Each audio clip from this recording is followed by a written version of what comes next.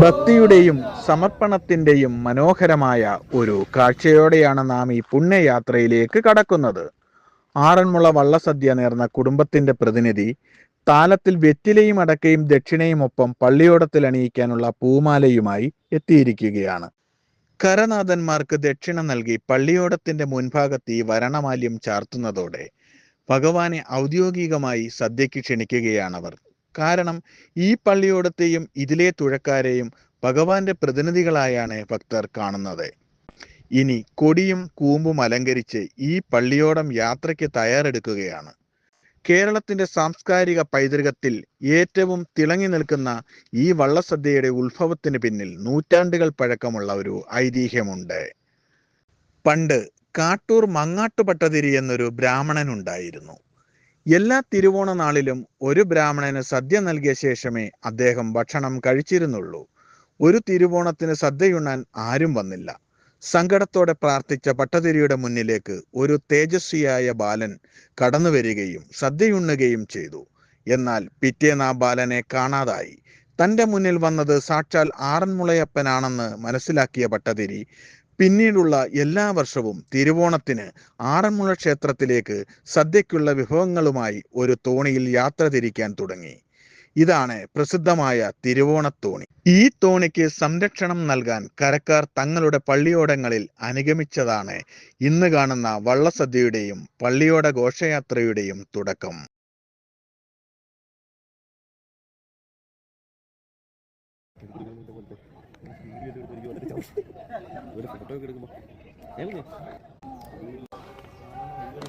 ശില്പകലയുടെയും ഗണിതശാസ്ത്രത്തിന്റെയും വിസ്മയമാണ് ഓരോ പള്ളിയോടവും.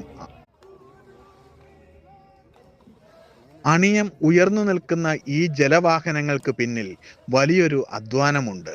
രാമപുരത്തു വാര്യരുടെ കുചേലവൃത്തം വഞ്ചിപ്പാട്ടിന്റെ ഈരടികളാണ് മിക്കവാറും പള്ളിയോടങ്ങളിൽ മുഴങ്ങുക. ദാരിദ്ര്യം മാറ്റാൻ അവൽപ്പൊതിയുമായി ഭഗവാൻ കൃഷ്ണനെ കാണാൻ പോകുന്ന കുചേലന്റെ കഥയാണിത്. ഓരോ തുഴയെറിയിലും വള്ളക്കാരുടെ മനസ്സിൽ ഭക്തിയുടെ വേലിയേറ്റമാണ്. ആറന്മുള പാർത്ഥസാരഥിയുടെ സന്നിധി ലക്ഷ്യമാക്കി പമ്പയിലൂടെ പള്ളിയോടം കുതിച്ചു പായുകയാണ്. പുണ്യനദിയായ പമ്പയുടെ ഓളങ്ങളെ വകഞ്ഞുമാറ്റി ഒരേ താളത്തിൽ ഒരേ മനസ്സോടെ അവർ ക്ഷേത്രത്തിലേക്ക് അടുത്തുകൊണ്ടിരിക്കുന്നു.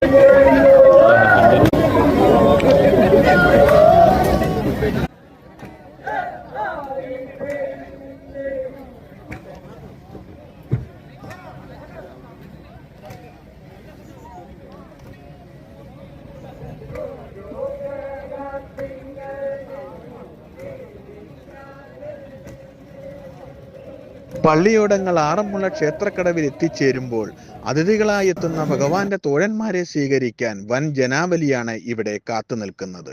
അഷ്ടമംഗല്യവും താലപ്പൊലിയും മുത്തുക്കുടകളും വാദ്യമേളങ്ങളുമായി വഴിപാടുകാരനും കുടുംബവും ചേർന്ന് വള്ളക്കാരെ ക്ഷേത്രത്തിലേക്ക് ആനയിക്കുന്നു.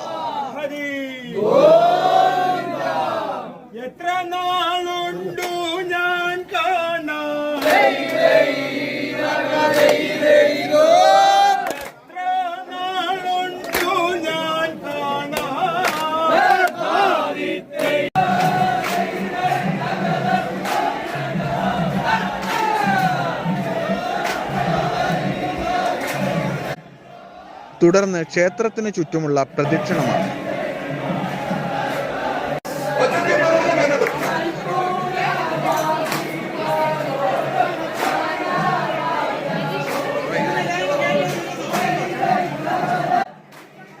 ഭഗവാന്റെ മണ്ണിൽ കാൽ കുത്തിയതിന്റെ ആവേശത്തിലാണ് ഓരോ കരക്കാരനും.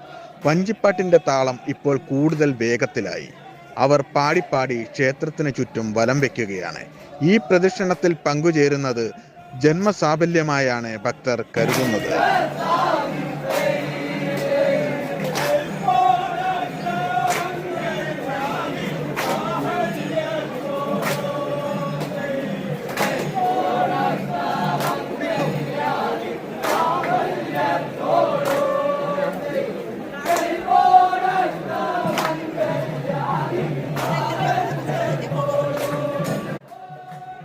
പ്രദക്ഷിണം പൂർത്തിയാക്കിയ കരക്കാർ ആറന്മുള ക്ഷേത്രത്തിന്റെ കൊടിമര ചുവട്ടിലെത്തി ഭഗവാന്റെ മുൻപിൽ തങ്ങളുടെ സാന്നിധ്യം അറിയിക്കുന്ന നിമിഷമാണിത്.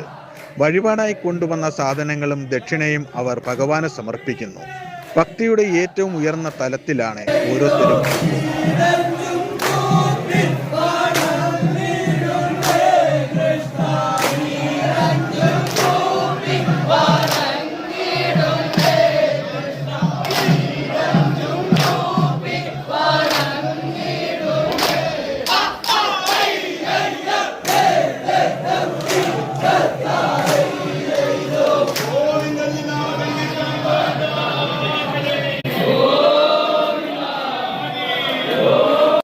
പ്രാർത്ഥനകൾക്കും തുതികൾക്കും ശേഷം ഇനി ഊട്ടുപുരയിലേക്ക്.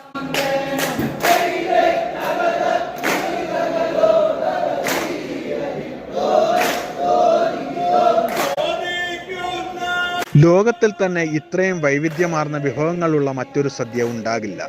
ഉപ്പേരി മുതൽ പായസം വരെ നീളുന്ന 64 വിഭവങ്ങളാണ് ആറന്മുള വള്ളസദ്യയിൽ വിളമ്പുന്നത്.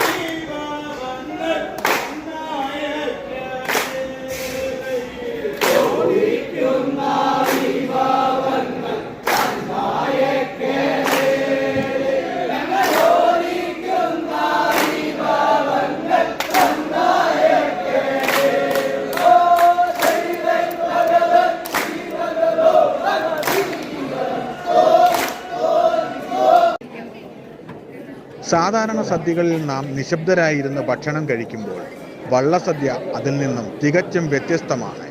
ഇവിടെ വള്ളക്കാർക്ക് ആവശ്യമുള്ള വിഭവങ്ങൾ അവർ പാട്ടുപാടിയാണ് ചോദിക്കുന്നത്.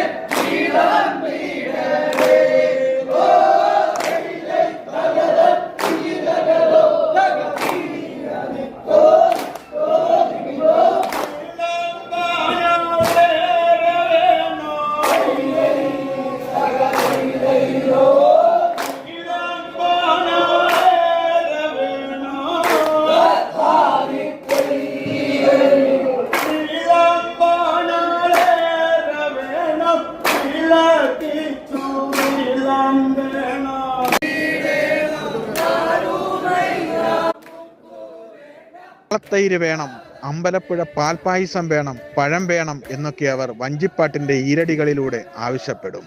അവർ ചോദിക്കുന്നതെന്തും ഇല്ല എന്ന് പറയാതെ ആവേശത്തോടെ വിളമ്പുകാർ കൊണ്ടുവന്ന് നൽകണം.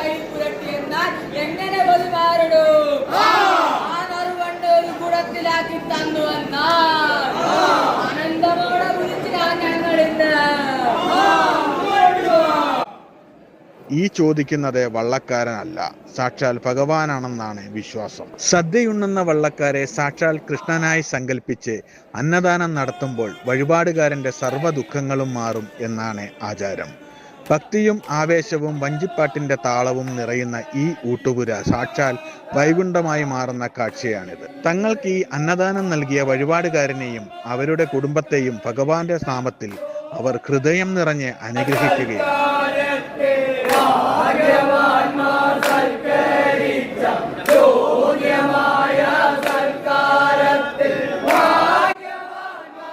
ഈ കുടുംബത്തിൽ ഐശ്വര്യവും സമാധാനവും ഉണ്ടാകട്ടെ എന്ന് പ്രാർത്ഥിച്ചുകൊണ്ട് ആറന്മുളയപ്പന്റെ സാന്നിധ്യമുള്ള ഈ പുണ്യഭൂമിയിൽ നിന്നും നിറവയറും നിറഞ്ഞ മനസ്സുമായി അവർ മടങ്ങുന്നു.